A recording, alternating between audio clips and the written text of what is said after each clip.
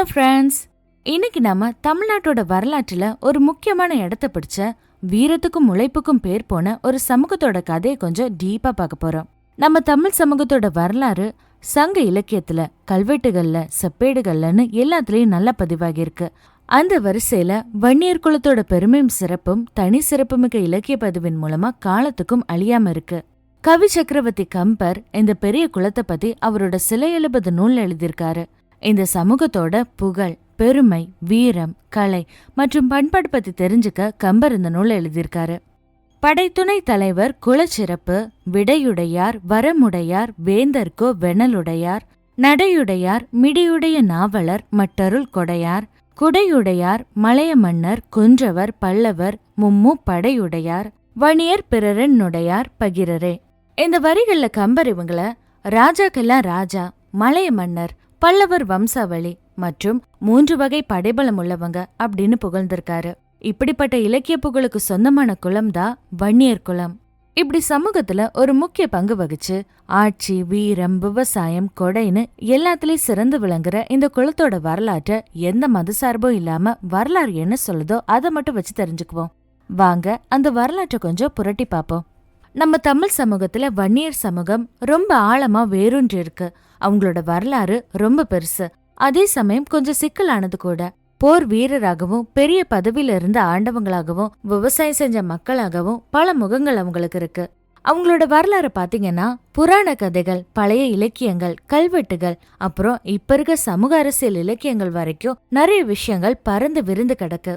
சரி, முதல்ல இந்த வன்னியருங்கிற பேருக்கு என்னெல்லாம் அர்த்தம் இருக்குன்னு பாப்போம்.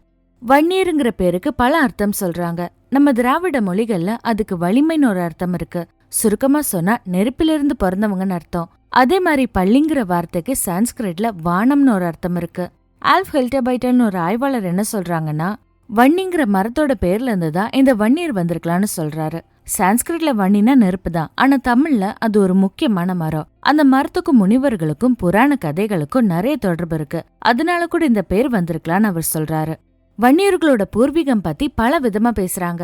அதுல புராண கதைகளும் சரித்திர ஆராய்ச்சியும் இருக்கு. ஆனா ரொம்ப பரவலா சொல்ற கதை என்னன்னா, வன்னியர்கள் நெருப்புல இருந்து பிறந்தவங்கன்றதுதான். சம்பு மகாமுனிவர்னு ஒருத்தர் அசுரர்கள் அழிக்க யாகம் வளர்த்தப்போ அந்த யாகத்தீயில இருந்து ருத்ரவன்னியன் அப்படின்னு ஒரு வீரன் வந்தாராம். அவரோட வம்சாவளிதான் இந்த வன்னியர்கள்னு வன்னிய புராணம் சொல்லுது. இதனாலதான் அவங்கள அக்னிகுல சத்திரியன்னு சொல்றாங்க. ஆனா வரலாற்று ஆய்வாளர்கள் என்ன சொல்றாங்கன்னா, வன்னியர்கள் தமிழ்நாட்டோட பூர்வ குடிமக்கள், குறிப்பா பல்லவ ராஜாக்களுக்கு ரொம்ப நெருக்கமானவங்கன்னு சொல்றாங்க. பல்லவ ராஜாக்கள் தங்களை பிரம்மசத்திரியன்னு சொல்லிக்கிட்டதும் அவங்க ஆட்சியில வன்னியர்கள் படை தளபதியா சின்ன சின்ன ஊர்களுக்கெல்லாம் சிற்றரசர்களா இருந்ததற்கான ஆதாரமும் இருக்கு. வன்னியர்களை குறிக்க அந்த காலத்துல பள்ளின்னு ஒரு தமிழ் வார்த்தையை பயன்படுத்திருக்காங்க.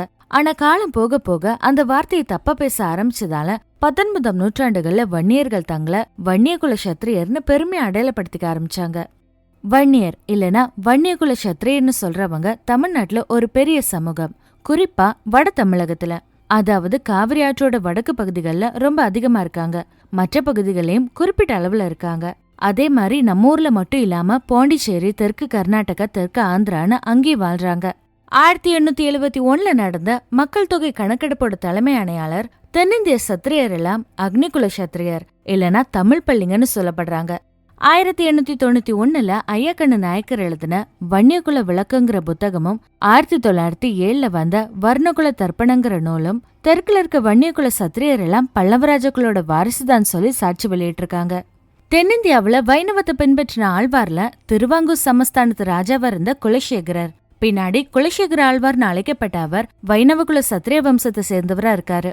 சென்னை திருவெளிக்கேணி பார்த்தசாரதி கோவில்ல அந்த குலசேகர ஆழ்வாரோட பிறந்த நாள திருவிழாவா வருஷம் வருஷம் கொண்டாடப்பட்டு வந்ததா எழுதியிருக்கு. சென்னை கோமலேஸ்வரப்பேட்டையில, அதாவது இப்ப சொல்ற புதுப்பேட்டையில இருக்க குலசேகர பெருமாள் சபைக்காரங்க தான் இந்த கூட்டத்துக்கு தேவையான எல்லா ஏற்பாடுகளையும் ஒவ்வொரு வருஷமும் சீரும் சிறப்புமா செஞ்சுட்டு வந்திருக்காங்கன்றதுக்கு நிறைய குறிப்புகள் இருக்கு.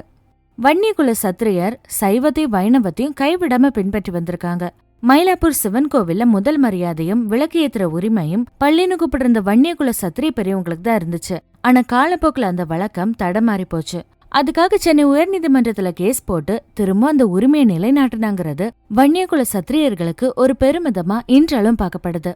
பழங்கால பல்லவ ராஜாக்களோட தலைநகரமான காஞ்சிபுரத்துல உள்ள காஞ்சிபுரம் ஏகாம்பரநாதர் கோவில் வாசல்ல இருக்க பெரிய கோபுரத்தை இன்னைக்கும் பள்ளி கோபுரம் தான் கூப்பிடுவாங்க.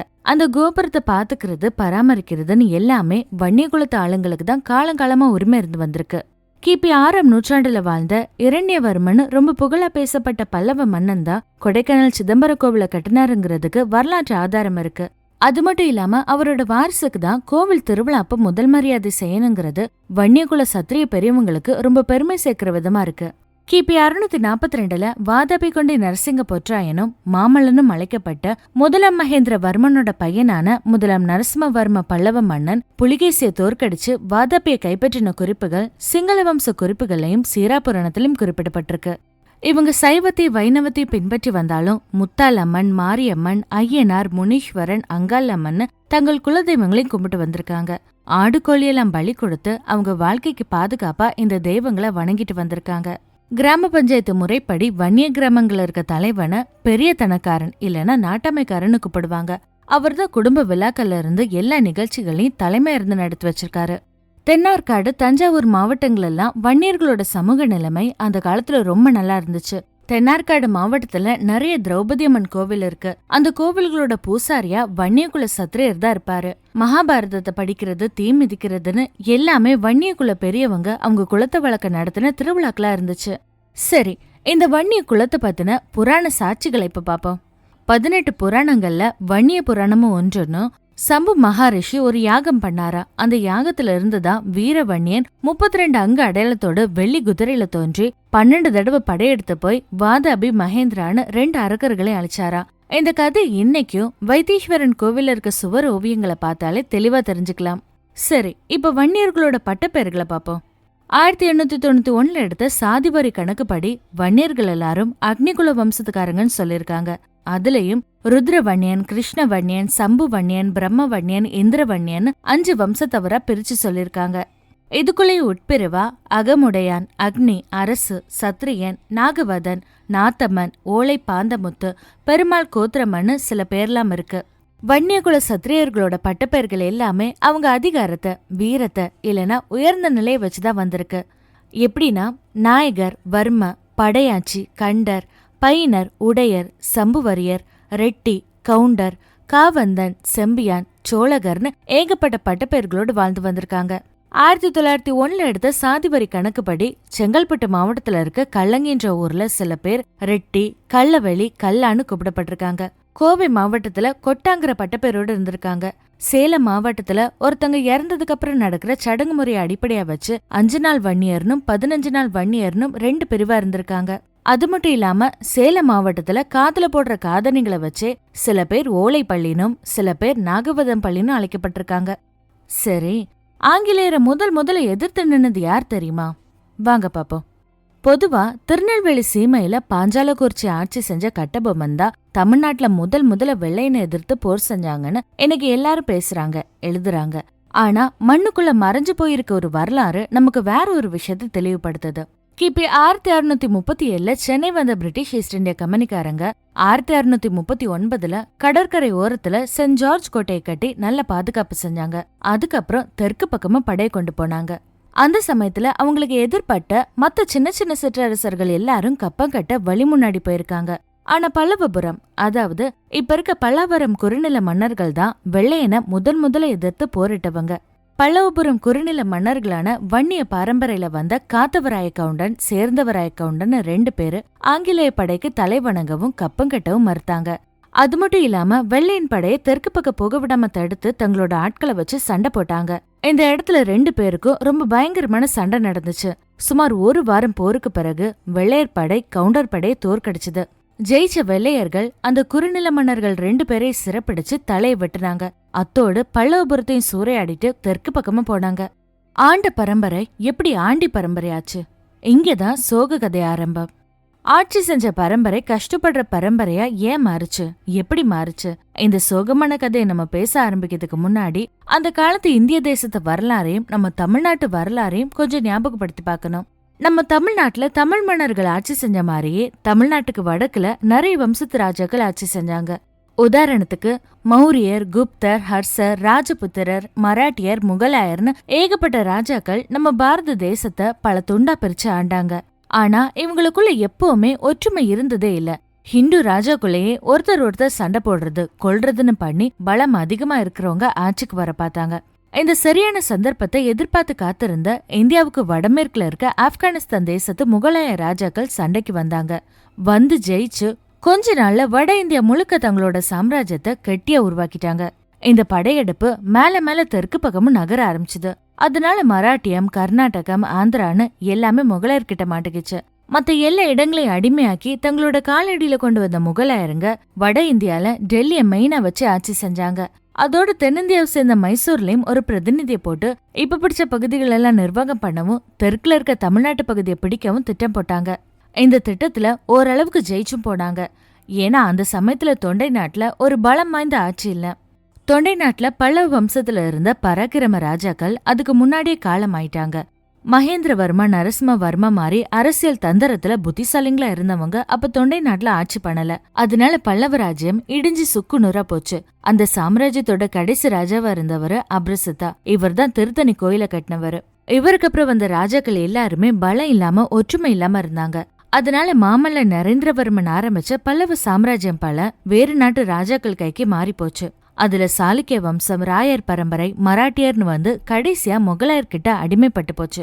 இந்த நேரத்துல தொண்டை நாட்டை ஆண்டுட்டு இருந்த பல்லவ வம்சத ராஜாக்கள் எதிரி நாட்டு ராஜாக்கள் சண்டையால கஷ்டப்பட்டு நாலா பக்கமும் சதறி ஓடுனாங்க. எதிரி படையின் கண்காணாத இடங்களுக்கு போய் தங்கிக்கிட்டு அந்த ஊர்ல தங்களோட ராஜ்யங்களை அமைச்சுக்கிட்டாங்க. ஆனா இந்த ராஜ்யங்கள் எல்லாமே ரொம்ப சின்ன அளவுலதான் இருந்துச்சு. அதனால பிற்கால பல்லவர்கள் முன்ன மாதிரி பெரிய பேரரசருங்கிற நிலைமையில இருக்க முடியாம போச்சு. அது மட்டும் இல்லாம இவங்க அமைச்ச சின்ன சின்ன ராஜ்யங்களும் சங்கிலி மாதிரி ஒன்னோட சேராம அங்கொன்னு இங்கொன்னுமா பரவி இருந்துச்சு. அதனால இவங்களுக்குள்ள பேச்சுவார்த்தையும் ஒரு ஒற்றுமையும் கூட ஏற்பட வழி இல்லாம போச்சு. இந்த தமிழ்நாட்டை ஒரே கொடைக்கு கீழே ஆட்சி செஞ்ச பல்லவரசு பரம்பரையா இருந்த வன்னியர்களோட பேரரசு உடைஞ்சு போனது இந்த நேரத்துலதான். அதனாலதான் சின்ன சின்ன சிற்றரசர்களா மாறி ஆட்சி பண்ண ஆரம்பிச்சாங்க. ஆனா இதுவும் நிறைய நாள் நிலைக்கல. ஆந்திர நாட்டு அரசனான கிருஷ்ணதேவராயர் காலத்திலயும், மராட்டிய படையெடுப்புல தஞ்சை ஆண்ட சரபோஜிராவ் காலத்திலயும், அப்புறம் ஆற்காடு நவாப் ஆட்சி செஞ்ச காலத்திலயும் வன்னியர்களோட ராஜ்யம் சின்ன சின்னதா இருந்தாலும் சுதந்திரமா ஆட்சி நடந்து வந்தது. ஆனா மேல சொன்ன 3 பேரரசர்களோட சண்டையால அந்த சின்ன சின்ன ராஜ்யங்கள் எல்லாம் உடைஞ்சு போச்சு. பல வன்னிய சிற்றரசர்கள் அடங்கி அடிமைப்பட்டு கப்பம் கட்டி கவலைப்படுற நிலைமைக்கு வந்துட்டாங்க. காலம் போக போக இவங்க ஆரம்பிச்ச சின்ன சின்ன ராஜ்யங்களும் அழிஞ்சு திரும்பவும் எழுந்து அப்புறம் ஒளிஞ்சும் போச்சு. பல ராஜ்யங்கள் குற்றுயிரும் கொலையுருமா இருந்துச்சு. யாருக்கும் பயப்படாம வாழேந்தி வந்த வன்னிய ராஜாக்கள் அன்னைக்கு தங்களுக்கு மேல இருக்க அரசனுக்கு கட்டுப்பட்டு அடிமையா வாழ வேண்டிய நிலை வந்துச்சு. தங்களோட சின்ன சின்ன ராஜ்யத்துக்குள்ள எது நடந்தாலும் மேல இருக்க அரசர்கிட்ட கேட்டுதான் நடத்த வேண்டியதா இருந்துச்சு. அப்படி இல்லனா மேல இருக்க அரசனோட படை எப்பவுமே உங்களோட சின்ன ராஜ்யத்தை தாக்க தயாரா இருந்தாங்க. அதனால வன்னிய சிற்றரசர்களும் அவங்களோட மக்களும் அந்நிய அரசனுக்கு அடிப்படைய வேண்டியதா போச்சு. முடிசூட்டின ராஜாக்களை ஆட்சி செஞ்சு வந்த வன்னிய இனம் எப்படியோ அடிமைத்தனங்கிற இரும்பு பிடியில சிக்கி அவதிப்படுற நிலைமைக்கு வந்துச்சு. இத விரும்பாத நிறைய வன்னிய வீரர்கள் அந்தந்த ராஜ்யங்களை விட்டுட்டு கண்காணாத இடங்களுக்கு தங்களோட குடும்பத்தோட போய் மறைஞ்சு வாழ ஆரம்பிச்சாங்க. இப்படி பிரிஞ்சு போன ஆட்களோட எண்ணிக்கை ரொம்ப அதிகமா வளர ஆரம்பிச்சுது. நாட்டை விட்டுட்டு காட்டுக்கு போன வன்னிய குடும்பங்கள் அங்கே தங்கி வாழவும் ஆரம்பிச்சிட்டாங்க. கடைசில நாட்டு ஆண்ட பரம்பரை காட்டுக்கு போய் அங்க காட்டு மிருகங்கள் போல ஒளிஞ்சு வாழ வேண்டிய நிலைமை வந்துருச்சு. சரி, இவங்களோட அரசியல் பங்கீடு எந்த அளவு இருக்குன்னு பாக்கும்போது வன்னியர்கள் தமிழ்நாட்டோட வடக்கு பகுதியில, குறிப்பா விழுப்புரம், கடலூர், திருவண்ணாமலை, வேலூர், தர்மபுரி, கிருஷ்ணகிரி, காஞ்சிபுரம், செங்கல்பட்டுன்னு பல மாவட்டங்கள்ல திடமான வாக்கு வங்கி வச்சிருக்காங்க. இந்த மாவட்டங்கள்ல தேர்தல்னு வந்தா இவங்க சப்போர்ட் இல்லாம எந்த கட்சியும் ஜெயிக்கிறது கஷ்டம்தான் சொல்லணும். அதனாலதான் இவங்களோட வாக்கு பலம் தமிழ்நாட்டோட ஒட்டுமொத்த தேர்தல் முடிவுகளையுமே மாத்தி போடுற அளவுக்கு பவர்ஃபுல்லா இருக்கு. இவங்க இப்ப மட்டும் இல்ல, அப்பவே அப்படின்னு சொல்ற அளவுக்கு தான் இருந்திருக்காங்க. காங்கிரஸ் கட்சி ஆரம்பிக்கிறதுக்கு முன்னாடியே சங்கம் ஆரம்பிச்சவங்க இந்த வன்னியர்கள். 1833 முதல் சங்கம் ஆரம்பிச்சவரு பரங்கிப்பேட்டை குருசாமி ராயருங்கிறவர் தான். அப்புறம் 1888 அண்ணாசாமி நாயக்கரும் கோபால நாயக்கரும் சேர்ந்து வன்னியகுல சத்திரிய மகாசங்கம்னு ஒரு பெரிய அமைப்பை உருவாக்குனாங்க. அது மட்டும் இல்லாம வன்னிய ரிஷி சுப்பிரமணிய நாயக்கர் வன்னியகுல மித்ரங்கிற பத்திரிகையும், ராஜரிஷி அர்த்தரீசவர்மா சத்திரியங்கிற பத்திரிகையும் வன்னிய சமூகத்துக்காக நடத்தி வந்தாங்க. சுதந்திர இந்தியாவுல காங்கிரஸ் கட்சியை முதல்ல தோற்கடிச்சவங்கன்ற பெருமைக்கும் உரியவங்க இந்த வன்னியர்கள் தான். 1952 நடந்த முதல் தேர்தல்ல கடலூர் ராமசாமி படையாட்சியும் மாணிக்க வேல்நாயக்கரும் ஒன்னா சேர்ந்து நாடாளுமன்றம் மற்றும் சட்டமன்றத்துல ஓரளவு இடங்களை பிடிச்சாங்க. வன்னியர்களுக்கான முக்கியமான அடையாளம்னா அது பாட்டாளி மக்கள் கட்சின்னு சொல்லப்படுற பாமக தான். மருத்துவர் ராமதாஸை ஆரம்பிச்ச இந்த கட்சி வன்னிய சமுதாயத்தோட குரலாவும் அவங்களோட அரசியல் பிரதிநிதியாவும் இன்னைக்கு தன்னோட இடத்தை தக்க வச்சிருக்கு. இவங்களோட முக்கிய கொள்கையே வன்னிய சமுதாயத்தோட உரிமைகளுக்காக போராடுறதா. பாமகவோட அரசியல் நகர்வுகள், கூட்டணி முடிவுகள்னு எல்லாமே தமிழக அரசியல்ல ஒரு பெரிய சலசலப்பை எப்பவுமே உண்டு பண்ணும். பாமக ஒரு பக்கம் இருந்தாலும் வன்னிய சமுதாயத்தை சேர்ந்தவங்க டிஎம்கே மற்றும் ஏடிஎம்கே மாதிரி தமிழ்நாட்டோட 2 பெரிய கட்சிகள்லயும் முக்கியமான பதவியில இருக்காங்க. அமைச்சர் பதவிகள், மாநில பொறுப்புகள், மாவட்ட செயலாளர்னு பல இடங்கள்ல இவங்களோட தலைமை பண்பு ஜொலிக்குது. அதனாலதான் பெரிய கட்சிகள் எந்த தேர்தல் வந்தாலும் வட மாவட்டங்களை கவனம் செலுத்தி வன்னிய சமுதாய தலைவர்களை முன்னிறுத்தி இவங்களோட சப்போர்ட்டை பிடிக்க தீவிரமா வேலை பார்ப்பாங்க. அவர்கள்ல சில முக்கியமான தலைவர்கள் யாருன்னு சொல்றேன். எஸ். ராமசாமி படையாச்சி, சுதந்திர போராட்ட வீரர், தமிழக முன்னாள் அமைச்சர், வன்னிய சமூகத்தின் கல்வி மற்றும் அரசியல் வளர்ச்சிக்கு வித்திட்டவர். அன்பில் தர்மலிங்கம், திராவிட இயக்கத்தின் மூத்த தலைவர் மற்றும் முன்னாள் அமைச்சர். காடுவெட்டி குரு, வன்னியர் சமூகத்தின் முக்கிய தலைவர்களில் ஒருவர். மருத்துவர் ராமதாஸ், பாட்டாளி மக்கள் கட்சியை நிறுவி வன்னியர்களை அரசியல் ரீதியாக ஒரு முக்கிய சக்தியாக மாற்றியவர். அன்புமணி ராமதாஸ், முன்னாள் மத்திய சுகாதாரத்துறை அமைச்சர். இப்படி இன்னும் பல பேர் பெரிய பதவியில இருக்காங்க. மொத்தத்துல தமிழக அரசியல் சதுரங்க ஆட்டத்துல வன்னியருங்கிற காய நகர்த்தாம ஜெயிக்கவே முடியாதுங்கிறதா உண்மை. சமூகமென திரண்டு தனி மனிதனாய் உயர்ந்து நிற்கும் இந்த குணங்கள் ஏதோ ஒரு சமுதாயத்துக்கு மட்டும் சொந்தமானதில்ல. மண்ணை குலைக்கும் விவசாய உழைப்பு நம் ஒவ்வொருவரின் வாழ்க்கையிலும் தேவைப்படும் உறுதியின் அடையாளம். ஒருமித்து நிற்கும் ஒற்றுமை நம் இலக்குகளை எளிதில் அடைய வைக்கும் அற்புத ஆயுதம். மேலும் பண்பாட்டையும் பாரம்பரியத்தையும் பேணி காப்பது நம் வேர்களை என்றும் மறக்காமல் இருக்க உதவும் ஆணிவேர். நாமளும் இந்த உறுதியும் ஒற்றுமையும் கலாச்சார பிடிப்பையும் கொண்டு சாதி மத எல்லைகள் கடந்து நம் நாட்டிற்கும் சமுதாயத்திற்கும் நம் தனிப்பட்ட வாழ்விற்கும் தேவையான எழுச்சியை உருவாக்க வேண்டும். உழைப்போம், இணைவோம், உயர்வோம். ஒத்த தரவோன் உயிர் வாழ்வான், மற்றையான் செத்தாருள் வைக்கப்படும். இந்த பதிவு உங்களுக்கு பிடிச்சிருக்குன்னு நம்புறேன். மேலும் இது போன்ற சிறந்த பதிவுகளுக்கு எங்க சேனலை சப்ஸ்கிரைப் பண்ணிக்கோங்க. மீண்டும் ஒரு நல்ல டாபிக்ல சந்திக்கலாம். நன்றி.